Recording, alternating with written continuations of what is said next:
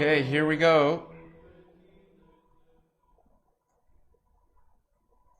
Hi guys, welcome.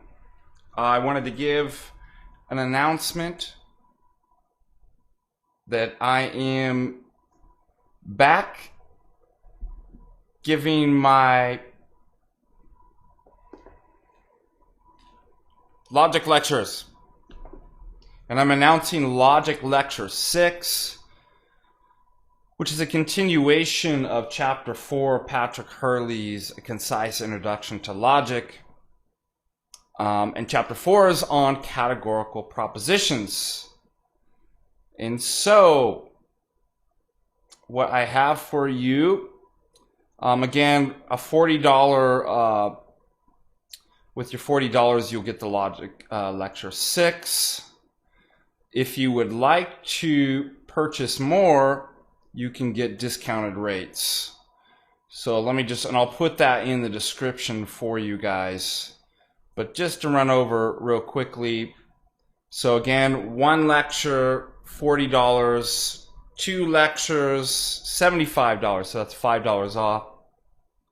3 lectures is $110, that's $10 off. 4 lectures, if you buy up to 4, a pack of 4, that is $140, which is $20 off. 5 lectures, $170, that's $30 off. And if you buy 6, that's $40 off. In other words, if you buy 6, you get 1 free. You get 6 lectures for the price of 5. And you can buy future lectures too, because we're only in chapter 4 right now, and we have a lot further to go. And now, again, I've got a new computer, new microphone, new amp, new camera, so better quality for you. And remember, if it's your first time signing up for the Father Deacon Dr. Ananias's logic course, with your initial sign up, you will get a free PDF copy of Patrick Hurley's A Concise Introduction to Philosophy. This book is $90, so you get a free copy of that as a PDF version of a $90 value. You'll also get my lecture notes that I've hand typed up. You'll also get my PowerPoint slides and access to my Discord, in which you can join and discuss and raise various questions on the material that we're going through. So what I'd like to do tonight is just go through and give you a little teaser. I'm going to try to do some more of these, of what we're going to be doing in chapter 4. Now, the previous lecture of chapter 4, we covered 4.1, 4.2, and 4.3. Now remember, the entire chapter of chapter 4, Categorical Propositions, but 4.1 was on the components of a categorical proposition. And here we talked about what is a categorical proposition. We talk about subject terms, predicate terms, and this is where you start to get the all SRP, no SRP, some SRP, some SR not P. And we designate quantifiers by all, no, some. Copula, the words are or not. We also talked from lecture 5, when we went into 4.2, what quality, quantity, and distribution is.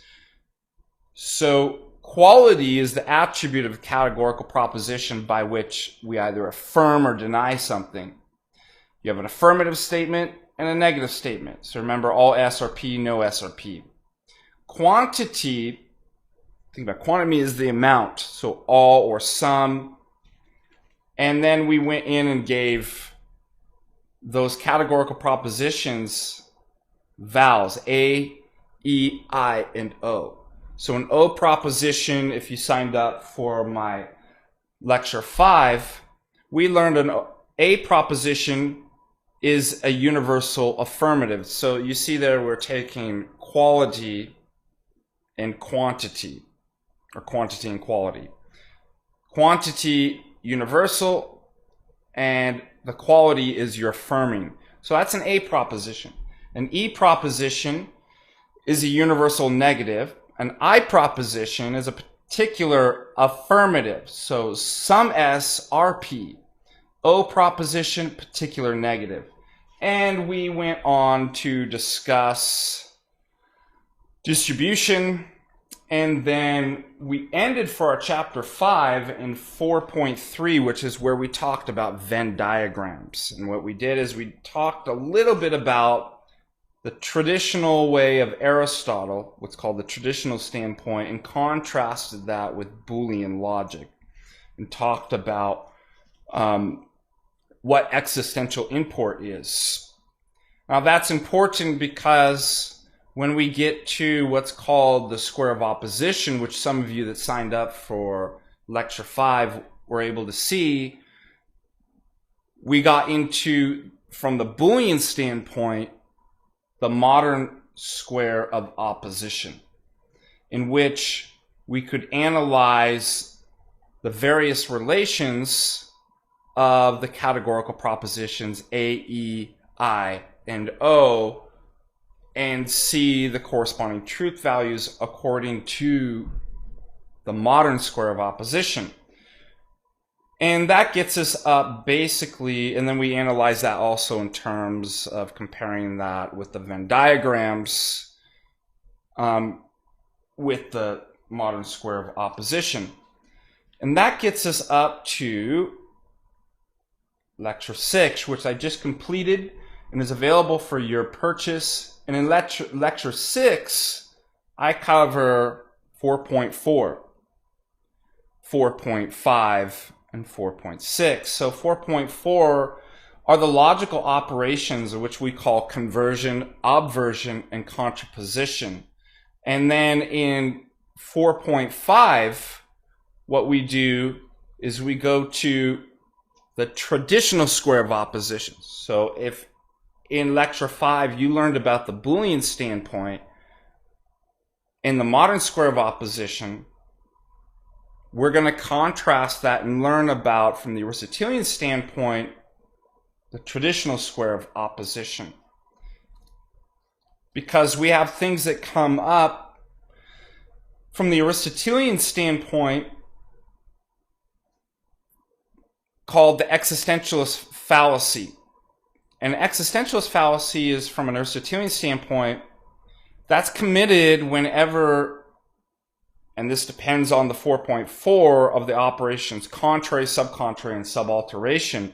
If those operations are used and you derive something in the correct way, so let's say you're analyzing an argument, you may actually, go through contrary, subcontrary, or subalternation in the correct way, and you realize, hey, I've got a valid argument here, but I end up talking about non-existing things.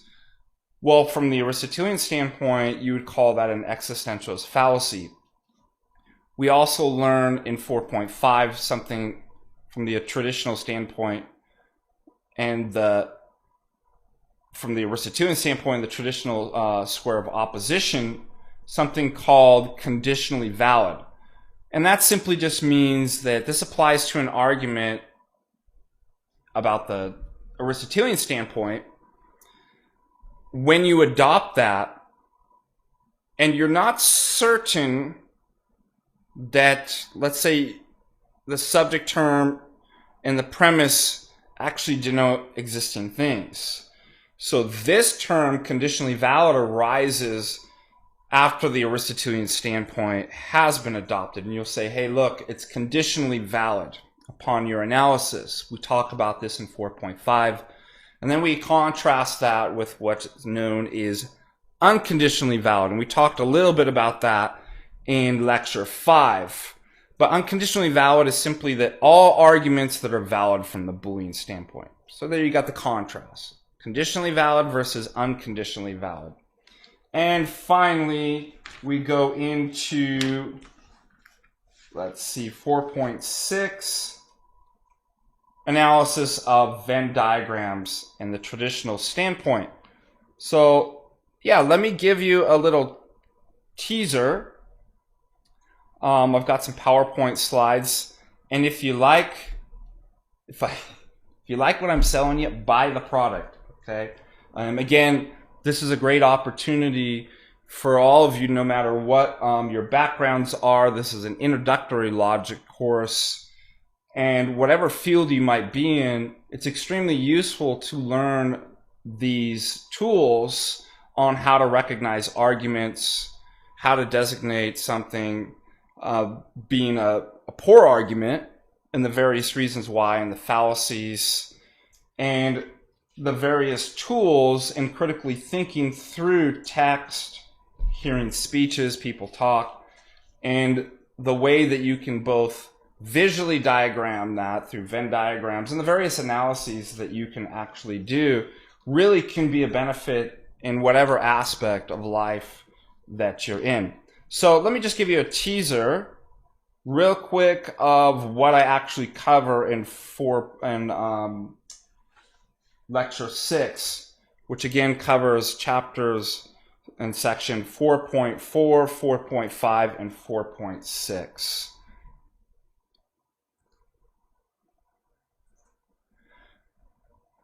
(4.4) Conversion, obversion, and contraposition. And these are just various logic operations that we perform on categorical propositions. So really, to kind of understand lecture 6, obviously you need lecture 5. But conversion is really just an operation that consists in switching the subject and predicate terms in a standard form categorical proposition.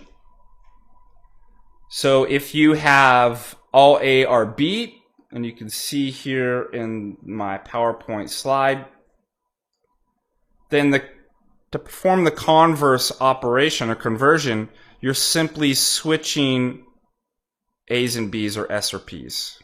Let's see, what do I have in my PowerPoint here? It's A's and B's. So a conversion on the categorical proposition all A are B's would be all B's are A's.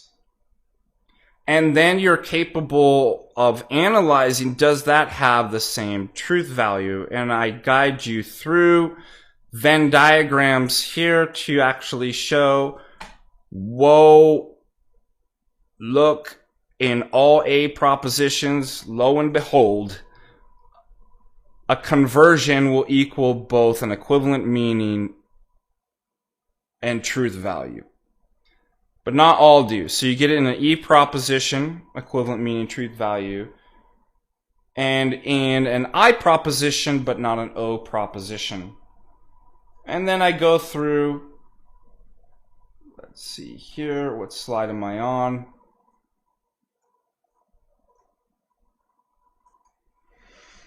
And we talk about obversion. That's another operation. An obversion is simply, well, it requires 2 steps.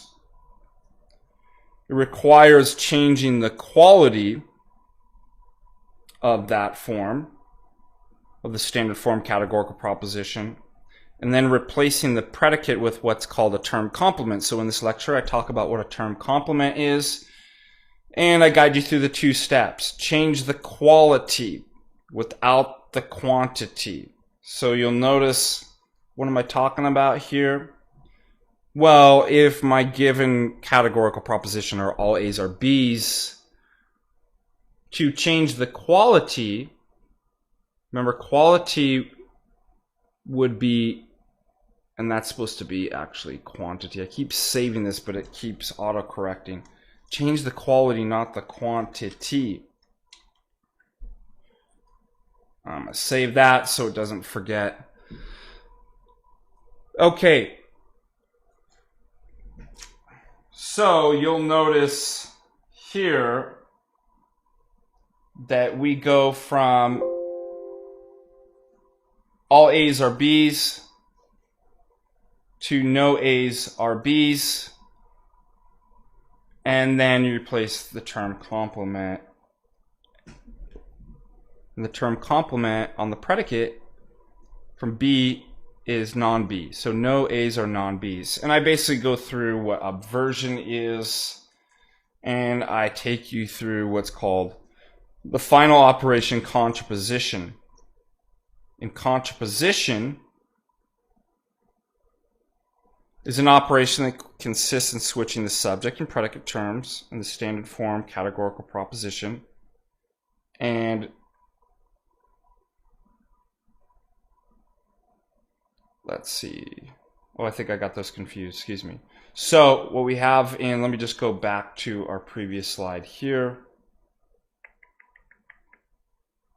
because I was reading from the obversion.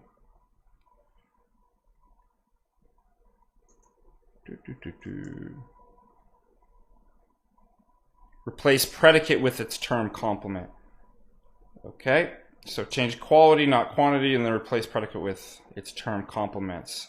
So if I have all horses are animals, then the obversion would be no horses are non-animals. Okay, so the quality, remember, is either affirmative. Oh, I had that right. I don't know why I thought that got that wrong. The quality is either affirmative or negative.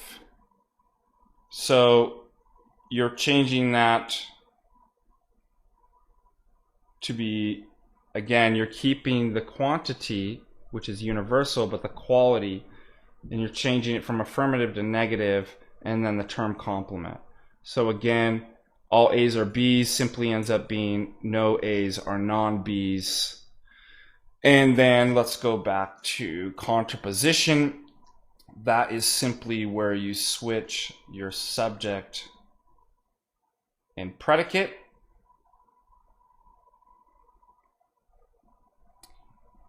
In a standard form categorical proposition, then replace each with its term complement.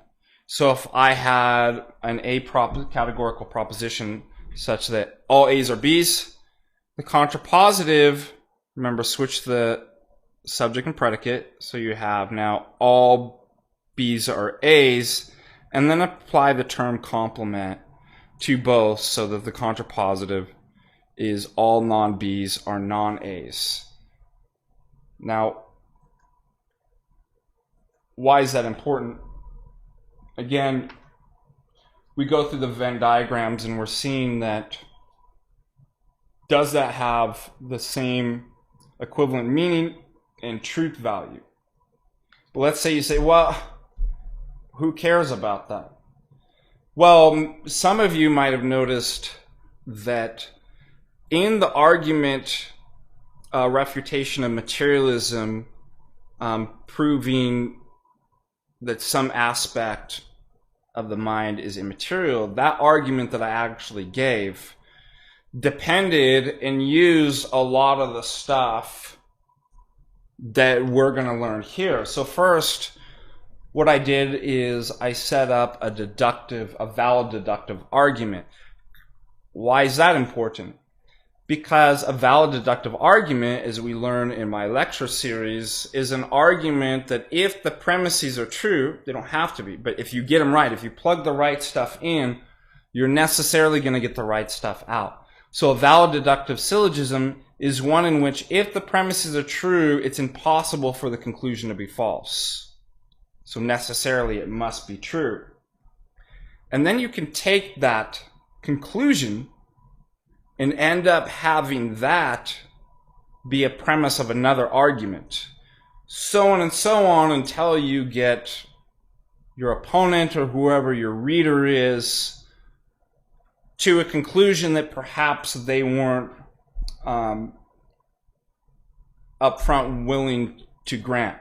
And the way you want to design that is that the first valid deductive syllogism needs to be as modest as possible.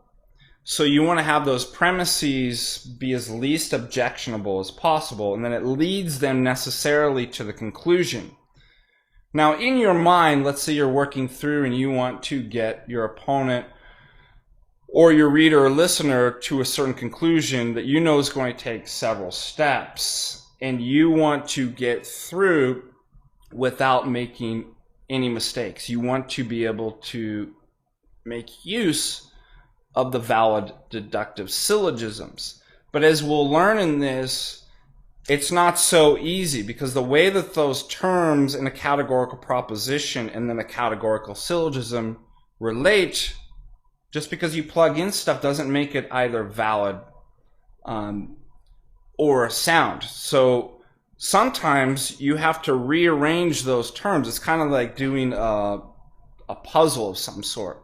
You know where you want to go, but you have certain rules on how you're supposed to get there. And the rules for this is all of your syllogisms have to be valid deductive syllogisms. And rule 2, I want all the terms that I want in that. So you got to play around, and what becomes really important is chapter 4, learning what a categorical proposition is, and then these operations of what's called conversion, obversion, and contraposition.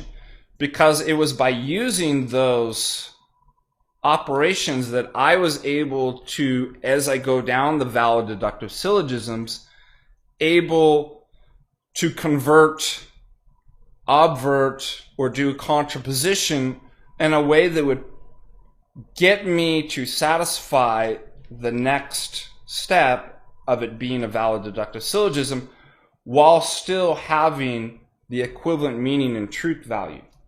So this becomes really, really useful for creating arguments and the strongest sorts of arguments. So these are various operations.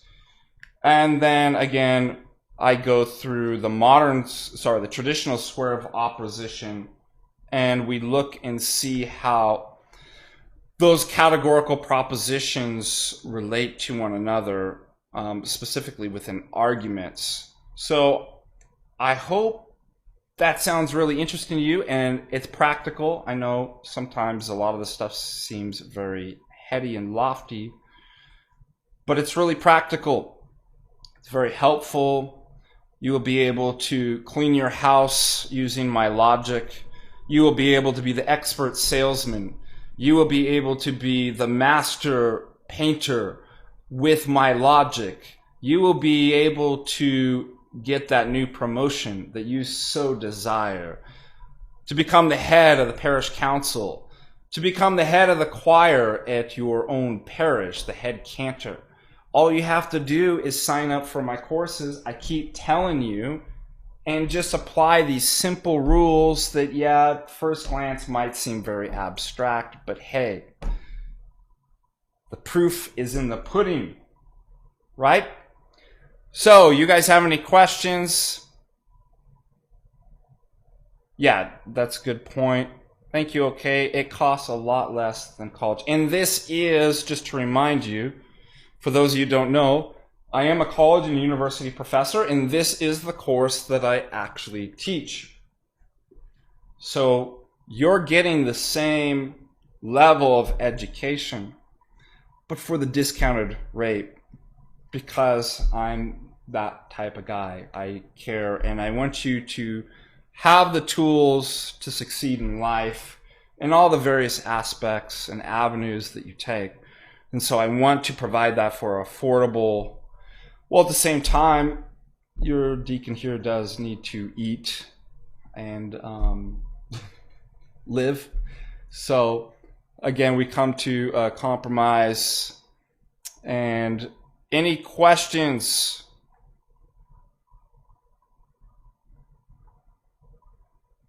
So now that I'm back, everything's set up. I'm going to continue more of these. I'll come up with lecture 7, which is finish up the last part of chapter 4. The last part of chapter 4 is really important because it's learning how to translate ordinary language statements into categorical form, which you need to do when you're analyzing arguments, stuff like this. You need to do that. And then we finally move into chapter 5, categorical syllogisms. And then we'll be able to, in the next chapters, go into predicate logic, which is really interesting. Let's see what chapter 6 is. Propositional logic, and I think chapter 8 is predicate logic. Now, you don't have to go that far. But if you do like that, I will keep going with you all the way into the end, into the ages of ages. Amen. Yeah, I'm going to post a link to the course here right after I finish this, and then you guys can sign up for that. Again, with the prices, let's see if I can.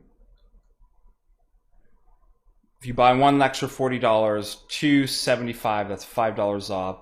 If you buy a bundle of 3, that's $110, that's $10 off. If you buy a bundle of 4, that's $140, it's $20 off. Do you see I keep giving you further discounts to encourage you to buy more?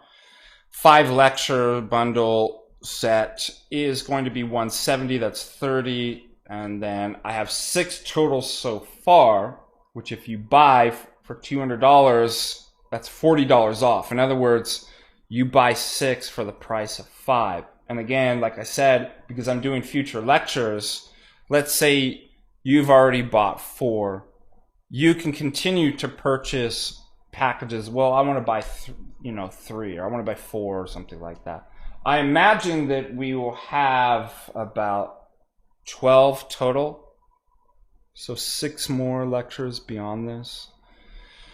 And you'll make payment to my paypal.me/Eriksorem, ERIKSOREM, number 1.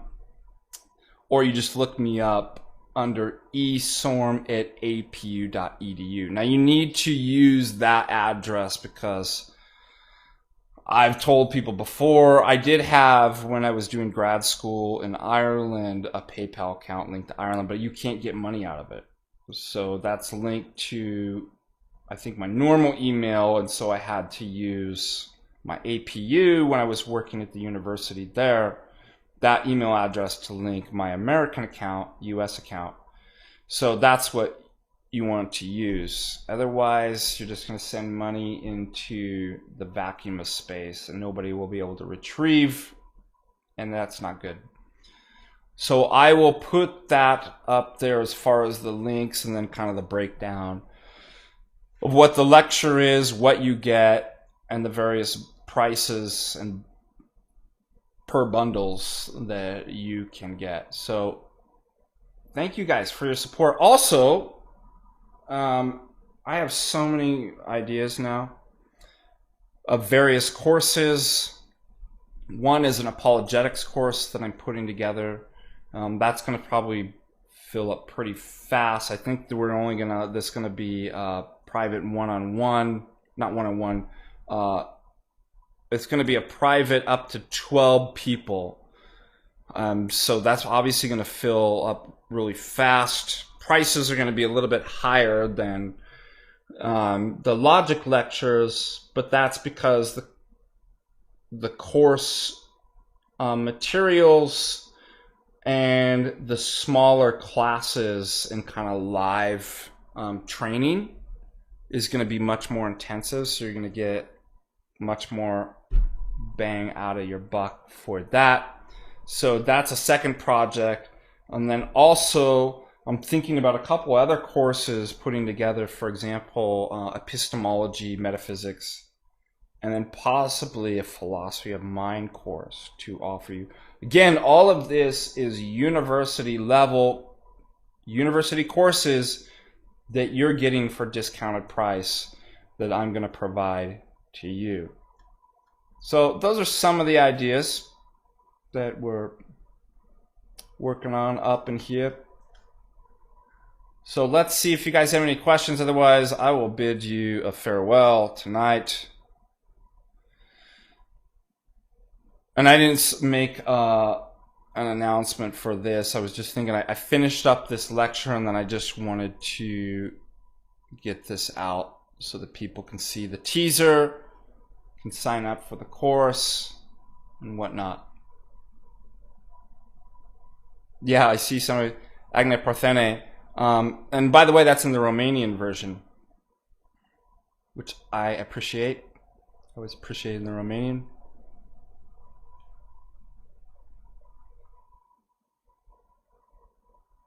Ah, that's good. Yeah, once I'll do that. You finish the 12 lectures. I'll do a hand signed, printed up certificate that I mail to you. That's a great, excellent idea. And maybe with an icon card. A little icon and your own certificate of completion. Oh, and I forgot. Your Logic Police badge. So that you can now police thought police the world with your superb skills of logic and critical thinking. Call people out. You have broken the law of thought in 5 different ways, up against the wall, and then you can show them your badge that you are in fact legit, certified, trained, logic and critical thinking police officer. Yes, good point. I'm putting together the syllabus right now. I've got a bunch of different kind of textbooks that I'm working through. I'm going to divide the course up into, let me give you a little taster for the apologetics, into both content and methodology. So a lot of this is going to be learning how to, some of the similar stuff that as far as methodology, what are arguments, how do you identify arguments versus non-inferential passages or various things like that, various tools to construct arguments with various opponents, the various informal fallacies. That's all kind of within the methodology, and also debate techniques. And then there's the content. So content being stuff like faith and reason. How do the two relate? We could even talk about, because it's very important, apologetics too, the spiritual and ascetic and prayer life within that. We can analyze various arguments from the existence of God and the various methodologies. What are problems with those? Which ones are good? Content, like the nature of God. I think we should do an analysis of miracles and what that means in the faith. How would you use that in terms of apologetics, or would you? The problem of evil. So various objections, some of the strongest objections. We should also have content where we talk about the divinity of Christ, the canon, the historical reliability of the scriptures, and the resurrection. So sort of like Lee Strobel's Case for Christ kind of analysis or something like that. That's important too within apologetics, being able to know that. Issues of life after death, how to defend that. Orthodox doctrine of heaven and hell as opposed to the West, how to argue against various other branches of Christianity, their problems, as well as other religions. And we should probably also include within the apologetics soteriology within the content to talk about salvation. So that's kind of what I'm working on right now. I'll have that syllabus up and hopefully up shortly, and then I'll announce I'll do a video. And then you guys can all enter a lottery. Look, if it gets too much, I might actually do I don't want to make each live lecture because that's what's going to be, is there'll be assigned days. I'm not going to have more than 12 people because it's going to increase, to keep the numbers down like that per course live lecture so that we can have a dialogue and I can call on you. 12 is going to be good. You're going to get much more out of that. If it proves to be really popular, then I could add additional classes of 12. An episode on growing an ortho beard. That's right. All right, guys. A blessed evening. For those of you on the new calendar, it's St. Parasceva. And then old calendar is, what am I forgetting?